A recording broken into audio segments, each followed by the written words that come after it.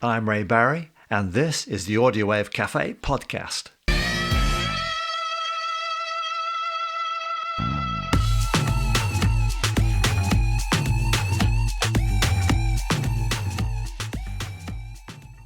On this episode, my guest is John Collins, perhaps best known for producing the 1981 specials hit Ghost Town. My topic is, why do so many hip-hop musicians die violent deaths? And I'll be shining a spotlight on the rise of 1970s punk. And I'll also be playing a track written and produced by John Collins, If You Love Me.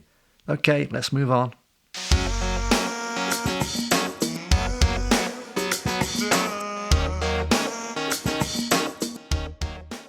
When rapper Snooty Wild was shot dead earlier this year in Houston, Texas, I wondered why is it that so many popular hip-hop artists have for more than 30 years been the victims of violent deaths. Is money the root of the problem? Hip-hop, after all, is still one of the most popular music genres in the world, in what is a multi-billion-dollar industry. So I decided to check back to the origins of hip-hop. Clive Campbell, also known as DJ Kool Herc, is credited with being the originator of hip-hop in the Bronx, one of the 5 boroughs of New York. On the 11th of August 1973, Campbell's sister asked him to DJ for her back-to-school party. It was on that night he introduced a new technique, the merry-go-round, which isolated the percussive breakbeats in a record, which would usually last a few seconds. Then on a second turntable, an identical record was cued at the start of the breakbeat. So by interchanging between the two records, the breakbeat section could be extended for as long as required. This percussive section attracted all the dancers to the dance floor, and that back-to-school party was a huge success. And the word got around, and other DJs were keen to copy and outdo DJ Kool. And so in this deprived part of the Bronx, with low employment, gangs and drug-related problems, a new music genre was born. It was then, and still is common, for rappers to have had gang affiliations prior to starting their music careers. And is that something they cannot fully escape? The hip-hop culture has glamorized drug use and violence, specifically the subgenres of hip-hop, like gangster rap, trap and drill music. In checking out the causes of death for musicians in various genres, from an American survey carried out in 2015, I chose to compare hip-hop with metal music, as I feel these music genres are similar, with violent and misogynistic lyrics in their songs. Over 19% of metal musicians committed suicide, while just over 7% of hip-hop musicians killed themselves. Yet with murder rates, the results were reversed. Almost 6% of metal musicians were murdered, and more than 50% of hip-hop musicians died by violence. Hip-hop is a top music genre in America, and successful rappers enjoy millionaire lifestyles, not only through drug overdoses, accidents and suicides, but murdered. Maybe some just could not completely shake off their past lives, which eventually caught up with them in a brutal way.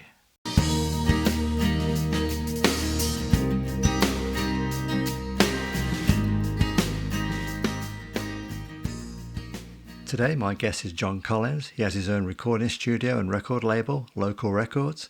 He's a TV music composer. He's also produced the specials 1981 hit Ghost Town. Hi John, thanks for joining me on this call. Hello Ray, no problem. Yeah, nice to meet you. John, you set up your own record label in 1978. Can you tell me about those early days? Well, in 78, I was still working at a research laboratory in Battersea. It's my first job after graduating. But I was living in Tottenham, and I was into reggae and recording and stuff. And my wife worked at a local school and ran a dance group, and the dance group included people like a load of musicians who went, Victor Romero Evans, Nat Augustine, Everton McCullough, who went on to be the drummer for Light of the World. So I got to know all these people, and I used to help out with the music for the dance group, and I got to know Victor, and he used to play me reggae records and stuff, which I was. And I got into reggae that way, sort of Dennis Brown, the proper Jamaican reggae. I was into Bob Marley like everybody else from earlier on in the 70s when I was at the Lyceum gig singing along to No Woman, No Cry. I mean, that was a big album. And reggae was around, of course, and Eric Clapton had done I Shot the Sheriff.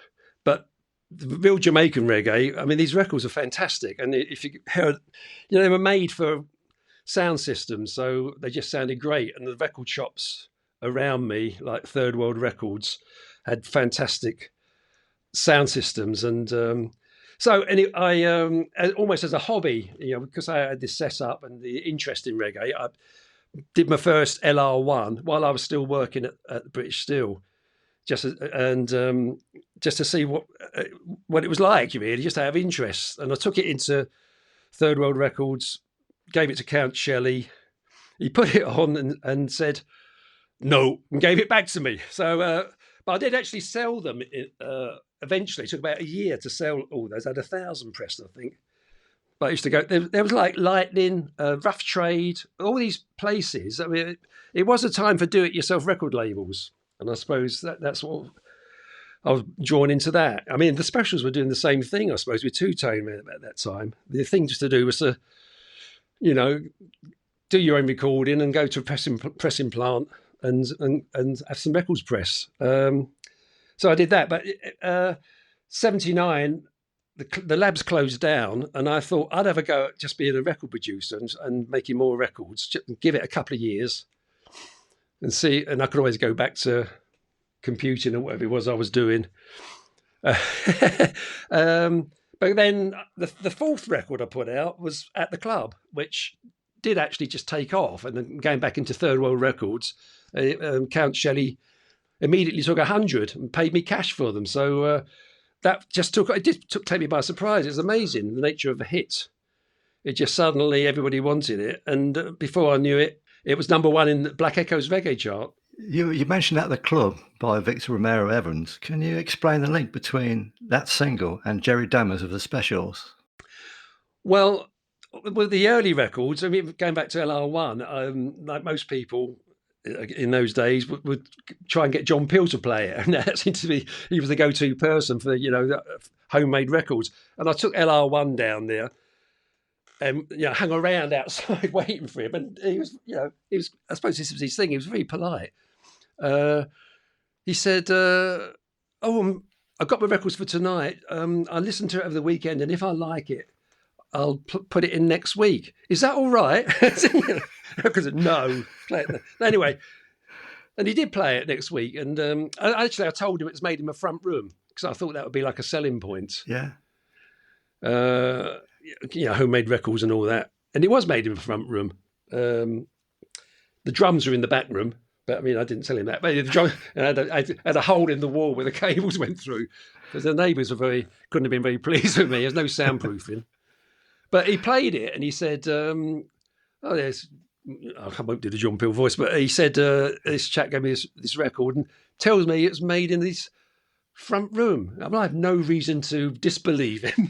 He said, but it sounds as good as anything made in a professional recording studio. Yeah. And it was fantastic. I know if it's the same for you. When you get your first record played on the Radio 1, wow, it was a great moment. Yeah, but he, when I got to At the Club, he said, I did the same thing. And when he listened to it, he said, it's not right for his program, but he'll pass it around other DJs. Because I think he wasn't playing Lovers Rock. It wasn't that sort of thing that John Peel would play. At the Club is the way that reflected the state of the reggae market at the time. British reggae market was going into Lovers Rock and away from all the conscious lyrics from a few years earlier. But he passed it around a few DJs in Radio 1 and it got played on Round Table, which was like a panel program where people listened to the records, make comments. And because it was a reggae number one, everyone was very nice about it. So it was a great record, blah, blah, blah. And Jerry heard that. He had heard that. And I think he knew, he did know about local records because I'd sent him some tapes about a year earlier. Because I saw that TV program, that famous TV program, we called him Jerry's Flat. Oh, right. Well, they're all there, and Jerry opens a drawer in his desk with all these cassettes, and he goes, "Oh, this is the A&R department," And I was really impressed with that. It was all very funny, and I thought, well, I'll send him one of my cassettes if I can get in Jerry's drawer. Yeah. And he did. He actually remembered hearing it was Robber Dub. What did I send him? I sent him Robber Dub and something else. But he liked Robber Dub, which was an instrumental I'd done using the drum machine. So when he got the record and saw, oh, John Collins, I remember him. And I think that sort of, and it was just the right timing because they were looking for someone to unite around, really, and also someone with reggae credentials, Right. fitted the bill. So I was invited up to Coventry to meet them, and they were all very complimentary about the fact I got reggae #1. They expected me to be black, but as you would, but once they got over the shock, everything was fine, And they certainly liked my reggae credentials.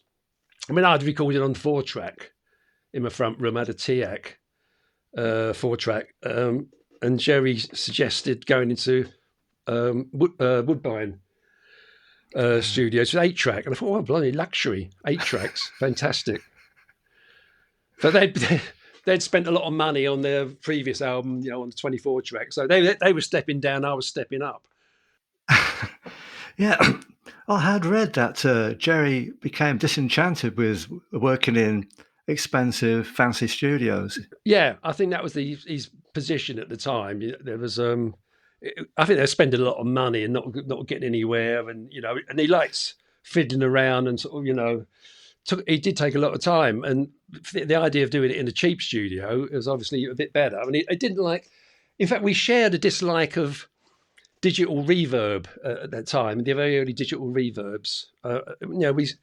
He liked my homemade approach and the fact I used spring reverbs. In fact, it was just a spring. I've still got it here, but it's like it's just a Hammond spring, So you just sort of, and you could shake it, and it's very authentic reggae stuff. I was trying to sort of copy what King Tubby did. So the idea of going into a cheap studio with someone like me and taking as long as they like and just letting me lead the way in terms of the recording appealed to them. Yeah. You produced the UK's first dub track, Lift Off by the Detonators. What is dub? Dub, the Jamaican term for remixing, really. I mean, it was the very first remixes when Jamaican records came out. Then you'd have an A side, and the B side would be like a dub of the A side, which is basically a remix, just sort of cutting things out and maybe putting a toast in, which is like a rap, a Jamaican rap, and that would be overdubbed. And I think it's possibly why they called it dub. But adding lots of effects. Augustus Pablo used to add the melodica. Just to give it like more an instrumental sort of different version. I mean, if someone said do a remix of any track these days, you basically do what you like. You strip it down, put things in it, you overdub, or you reprogram it basically now. But in those days, you took the original multi-track, which sometimes was only 2 tracks, and tried to make it sound in something different. It's Sean Flowerdew in an interview said I'd done the first UK dub. It's the first one that uses a drum machine, I'm sure. It was not just the UK. It's probably the first one in the world that used a drum machine because it's. But I'm sure Dennis Bovell would have something to say about the very first UK dub. I'm sure he probably did it, back in the 60s. I don't know, but he would do a proper dub, with drums and everything, proper drums. But my dubs were sort of like, completely different because it was me and I didn't really know what I was doing. I was just trying to work it out and just coming up with my own thing, really. Right. That drum machine, was it one that you had made yourself? Yeah. Yeah, because I was, I studied electronics at college, but before that I was at school, was a practical electronics reader, so I was always handy with a soldering iron, and I think that's part of the reason I loved records, So it was the whole process, the amplifiers and the effects and everything. And I'd had a go at making an electric guitar, and it was nothing like Brian May's. My one used to be like playing it's like playing a cheese grater. But the very first drum machine I made in the 60s, and it was from Practical Electronics. It was like a very early. Well, it was a kit. You bought the circuit board, which was like about as big as a sheet of A4, with all the tracks on it. You had to sort of drill all the holes out and buy all the components. And I made this thing, and it was like a copy of I think it's a Rhythm Ace, the Hammond thing.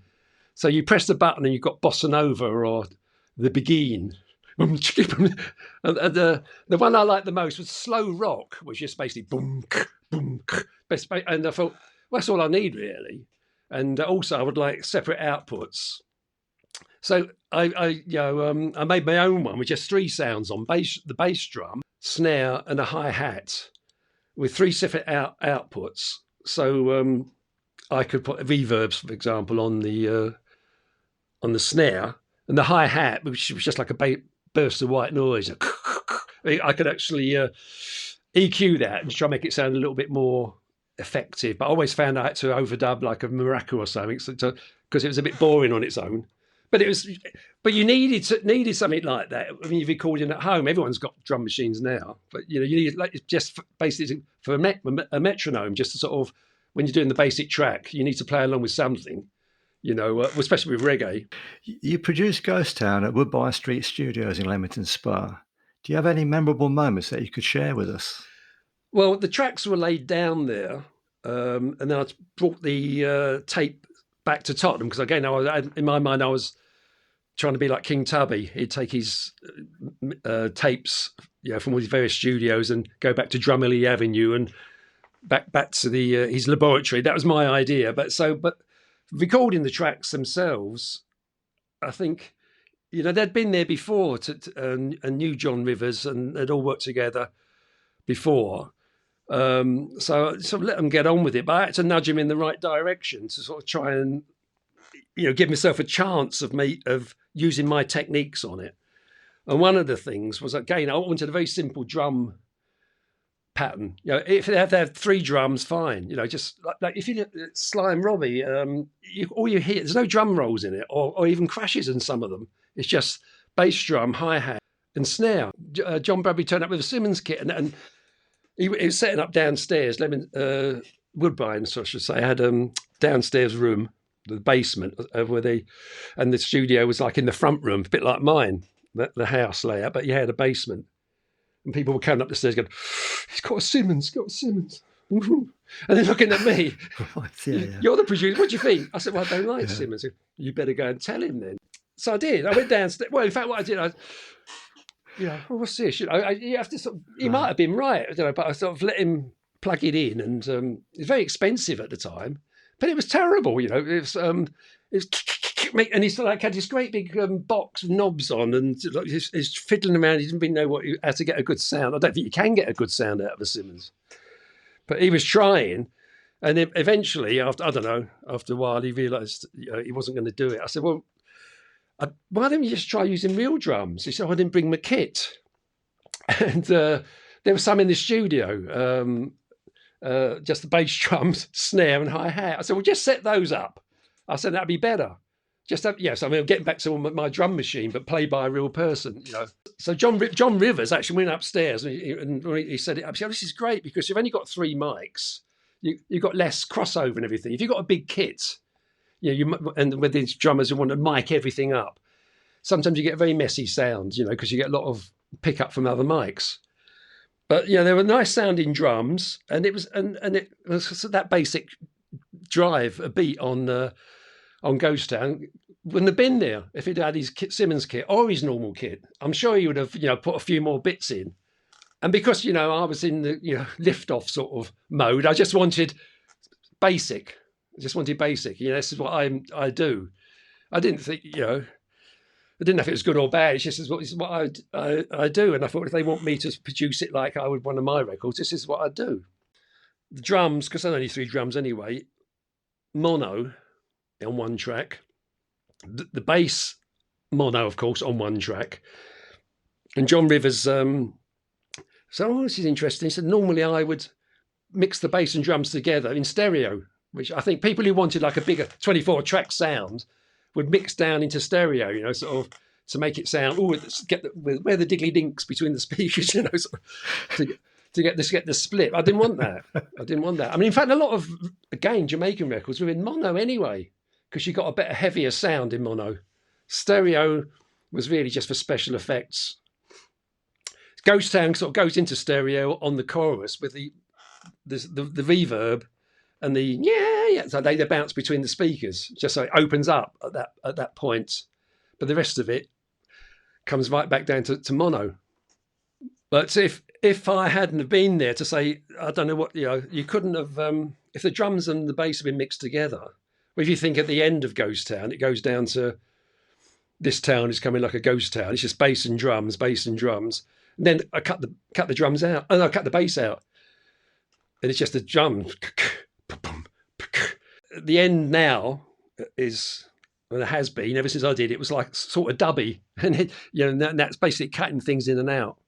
You just play around with it until it sounds good. You know what I mean? And edit it, and which is what I did back at bass in the front room studio.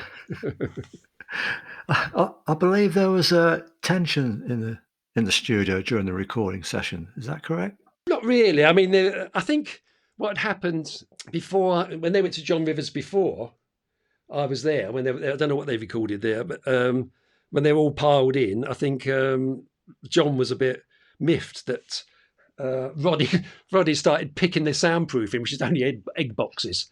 He started picking it off the wall, and John is very meticulous, sort of like, oh, did you know him? He didn't like that. He didn't like people picking his studio to bits. So I don't know about that. No, it's all went okay, really. They were all very professional with me. We didn't know which one was going to be the A-side. These 3 tracks. The A-side hadn't been decided, but I think even at that stage in Woodbine, I think the bass, drums, and organ rhythm on Ghost Town was looking like it was going to be the main one. It just sounded so good. It just all dropped properly, And Friday night, Saturday morning could have been an A-side. That sounded really, really good song, and it's coming along nicely. But even at that stage, I think Ghost Town was sounding like the main contender. Did the success of Ghost Town open up doors for you? Oh, definitely. I mean, for all of us, really, it was a high watermark. But straight away, the phones started ringing again after Ghost Town was number 1, and it's Malcolm McLaren. I'm thinking, I'm going to be a big producer now, No, because Malcolm McLaren was brilliant working with him. He came into my place in Tottenham because Ghost Town's great. He said, working with the band Bow Wow Wow, it turned out to be, they're quite famous. He was pushing them, and Alan Tarney was a big producer at the time, Australian bloke who produced Cliff Richard of all people and various other things like that. He was a big producer. He was producing them, and for some reason or other, he was ducking out of this project and going, and he said, get that bloke who did Ghost Town, because that's a fantastic record. I mean, he loved it. He just loved Ghost Town. So they phoned. So McLaren sort of came round, and I said, "Oh yes, interesting." So, but I phoned up Alan Tarney. I got his number. I said, "Well, thanks for putting me forward, but what do you want me to do with Bow Wow Wow?" He said, "Well, whatever you did with Ghost Town, do it with Bow Wow Wow yourself. But it's easier said than done. You see, they didn't even have a snare." But I thought, well, it could be interesting if I sort of got it mixed down to 8-track, because all the tracks have been recorded. They've done an album already, laid the tracks down, and they wanted to choose a single. So I thought, well, I could do that, sort of, have it mixed down to 8-track, and I bring it back to Tottenham, and again fiddle around with it, put some effects on, and see what I can do with it.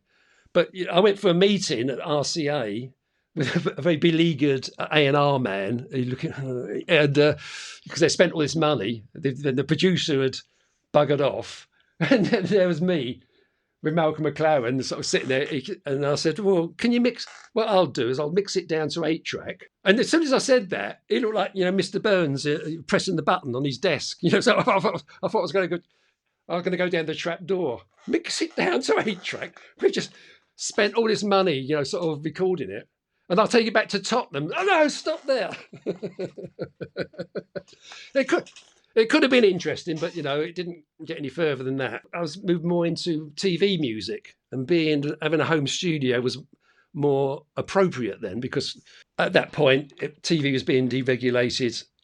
Channel 4 just opened up. They were looking for new ways to make cheaper programs, I suppose. And so the bloke with his bloke with a synthesizer in Tottenham, it appealed to them really. All TV music is done now with but one-off little studios. But in those days, it was the Ronnie Hazelhurst Orchestra, very expensive. It was a very good calling card, though. When they said, "Oh, this is John's done Ghost." It had number one for a few years. It's because I had number one as a calling card. It got resurrected when I started working with people like Harry Hill and Alistair McGowan, Stuart Lee. They were seriously impressed with Ghost Town because Alistair McGowan said, "Oh, it's my first record I ever bought." He couldn't believe it. I thought he was going to ask me to sign it. And Stuart Lee, who's stand-up comedian but a record critic, they're the right sort of age. They were sort of like full-on Specials fans. So and Harry Hill was the same. And I got away with murder really. The fact I couldn't read music and doing these sessions for London Weekend Television. In 1984, you released "Eternally Grateful" by Janet Kay. I believe it's your biggest seller. Yeah. So I got to know Janet through Victor. I mean, they're still married now, but he's just started going out with her.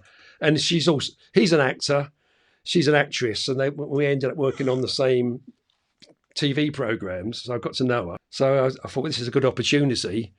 And I was aware I should really get more into 24 tracks and not bring everything back to Tottenham to try and do a King Tubby on. I think it worked well with Ghost Town, but it wasn't applicable to other projects necessarily.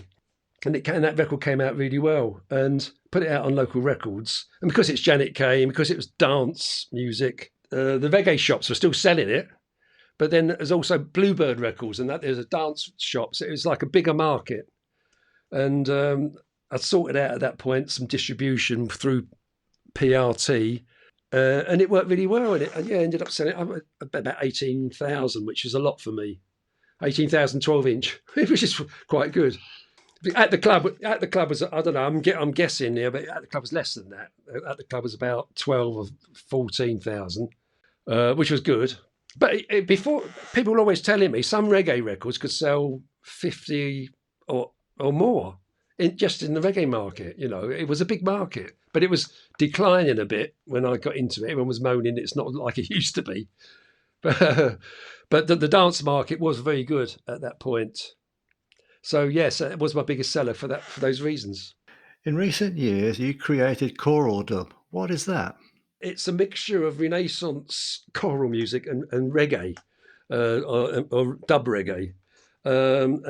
I joined a choir about 10 years ago. I mean, I was always aware that, the fact I should have done it when I was at school, like most sensible people do, and learned to read a bit of music, and it would have helped.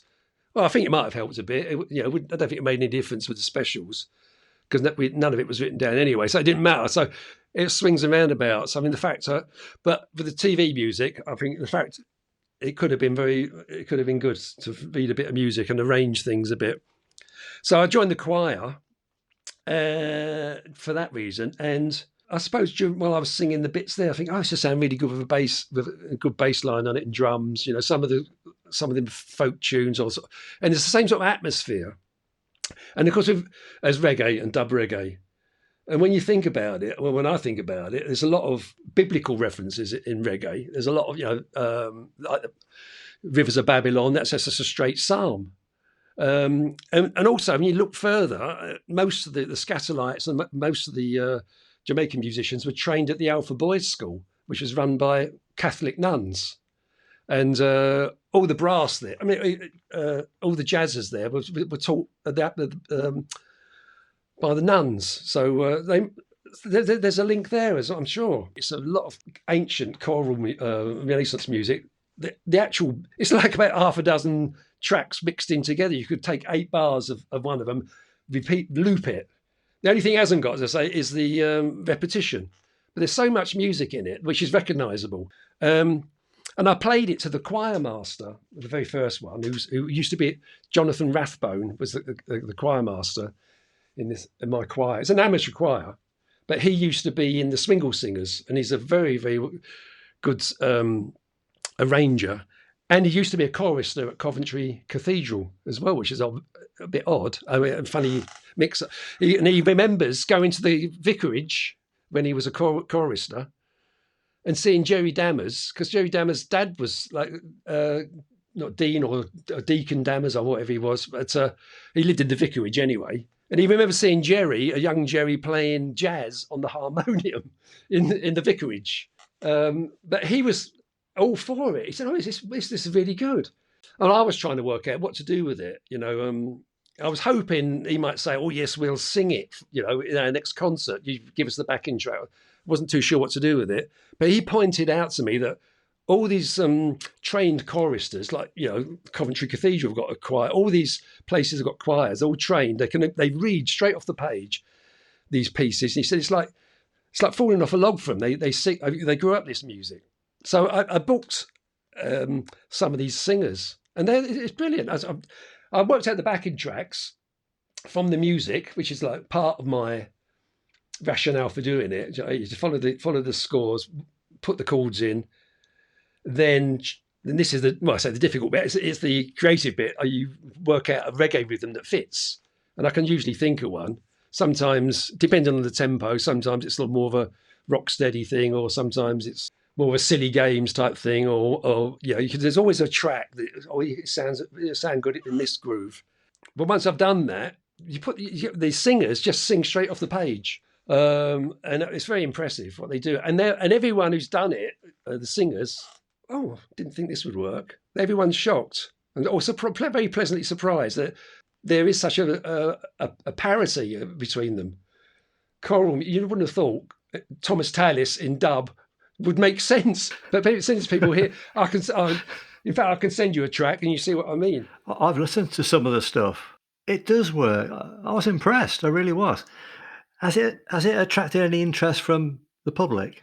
Well, I've done a few performances, notably at Waltham Abbey, where Thomas Tallis was an organist.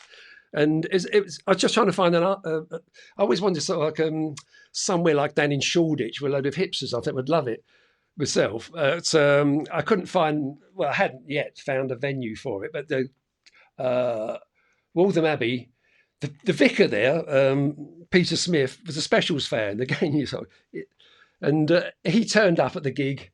Well, we call it a gig. It's like a half gig, half service. I had to hire a big sound system. He had his two-tone shoes on, black and white shoes, and his dog collar. He loved it, absolutely loved it, the vicar.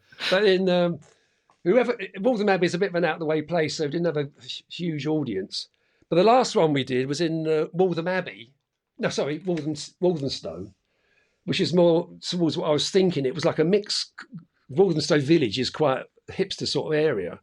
Although it was still in a church, an old church, St Mary's. They had lights, smoke, and a back projector. So I had pictures of King Tubby coming up and things like that. And then the 8 singers I'd hired, they just turned up at a rehearsal in the afternoon, just marched on the stage. And it went down the stall. Actually went down the stall. We had to do, took me by surprise, we had to do an encore. People wouldn't let us get off the stage. And I was just at the side pressing the start button, sort of making sure I didn't press the wrong one. But so we'll do the first one again. We had to redo the first track. But unfortunately, that was just weeks before lockdown.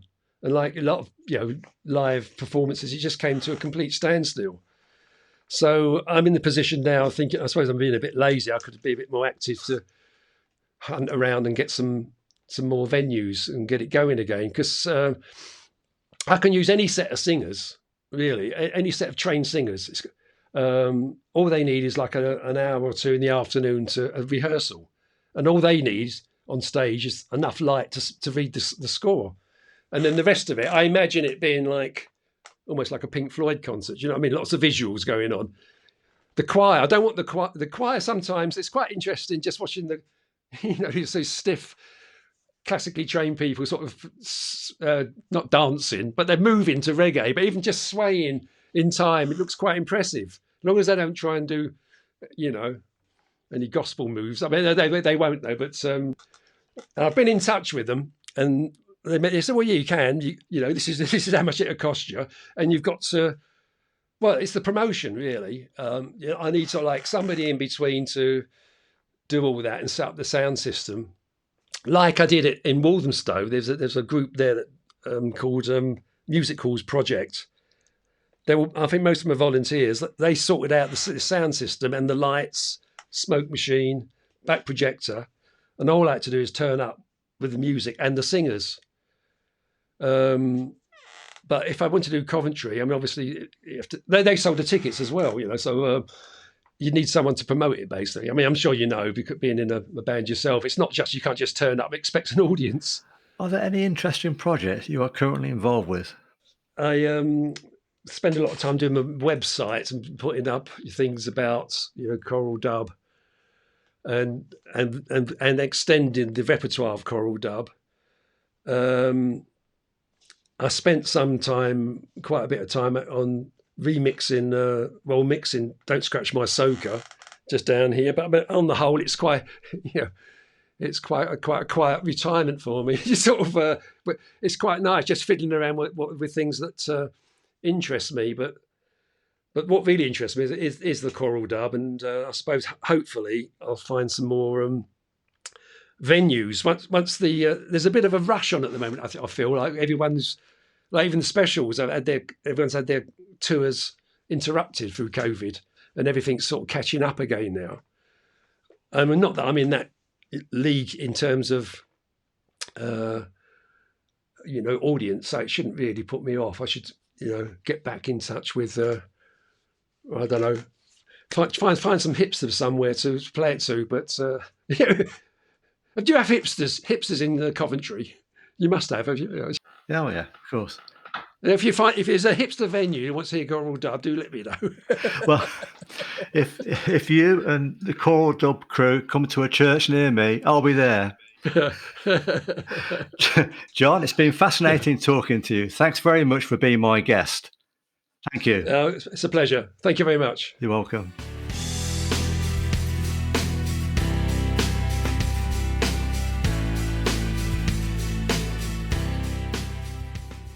On the 5th of June 1977, I Don't Want to Talk About It by Rod Stewart was number 1 in the UK charts, and at number 3 was Lucille by Kenny Rogers, and tucked in snugly at number 2 with shocking lyrics and bags of attitude was God Save the Queen by the Sex Pistols. Back then I thought the Sex Pistols were a joke, a cunning plan by the band's manager Malcolm McLaren to milk the music establishment, that is EMI and A&M Records, of loads of cash after the band's recording contracts were cancelled following uproar by many artists on EMI and A&M Records' roster. They couldn't stomach Sid Vicious and Johnny Rotten's antics and derogatory remarks directed at them. Punk's roots, though, can be traced back to New York and Iggy Pop, the so-called godfather of punk, and his band the Stooges, who gained a reputation for wild, chaotic performances, which included Iggy rolling over broken glass on stage. Over in London, Malcolm McLaren and Vivienne Westwood had opened a boutique in the mid-70s called Sex, selling bondage and fetish wear, and the original Sex Pistols gravitated to the store and helped promote it by wearing clothing that defined the punk era. Together, McLaren and Westwood were instrumental in creating the look, the sound and the swag of the Sex Pistols. Other bands followed, The Clash, X-Ray Specs, The Damned and so many more, and they didn't spare the feelings of established bands of the time, like Pink Floyd, Emerson, Lake and Palmer, Yes and Led Zeppelin, calling them out of touch of boring old farts, playing pretentious music, whereas punk music was fresh, raw, full of energy, and the song lyrics spoke to disaffected youth on their level, who were disillusioned with politics, class divisions and high unemployment. In 1976, John Peel did a lot to promote punk on his John Peel radio show, veering away from progressive rock, which he had championed for years. Commercially, punk music peaked in the latter half of the 70s, but it didn't disappear. Elements of it could be found in the new bands playing ska and new wave. Punk music and everything that came with it had shook up the established music industry on both sides of the Atlantic and around the world. And in various guises, it's still here, and more than 40 years later, part of the music establishment. You only have to check out John Lydon's, aka Johnny Rotten's, website. He's busily promoted his limited edition books, NFTs, and his Super Deluxe box sets. Hey, it's Sony rock and roll.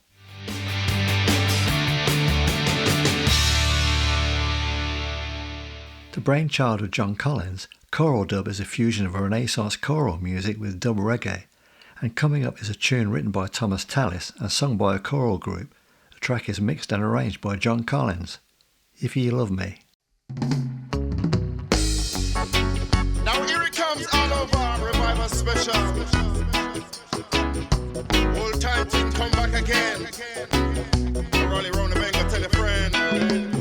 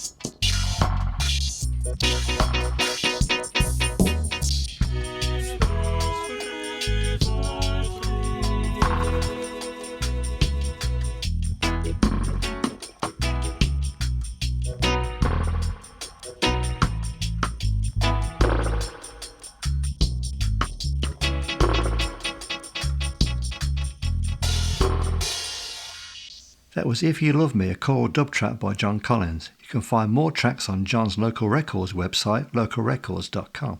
Thanks again, John, for being my guest. In the next episode, my guest will be local keyboard player, songwriter and author Tim Constable. In a previous episode, he talked about mental health issues. This time he talks about the highs and lows of his music career, including self-publishing 2 children's books. My topic is what's right, what's wrong with TV talent shows, and I shine a spotlight on commentary music producer and Grammy Award winner Roger Lomas. Over on Nigel Meffen's Facebook page, check out the monthly gig guide produced by the guys at Alternative Sounds. I'm sure Nigel will love to hear from bands, promoters and venues about upcoming gigs. Any input will help in making the gig guide a success. I'd like to take a moment to thank listeners to my podcasts in Leamington, Nuneaton, Stratford-upon-Avon, Rugby, Northampton, Bedworth, Coventry, and those in North America, and my one listener in the Netherlands. Thank you all.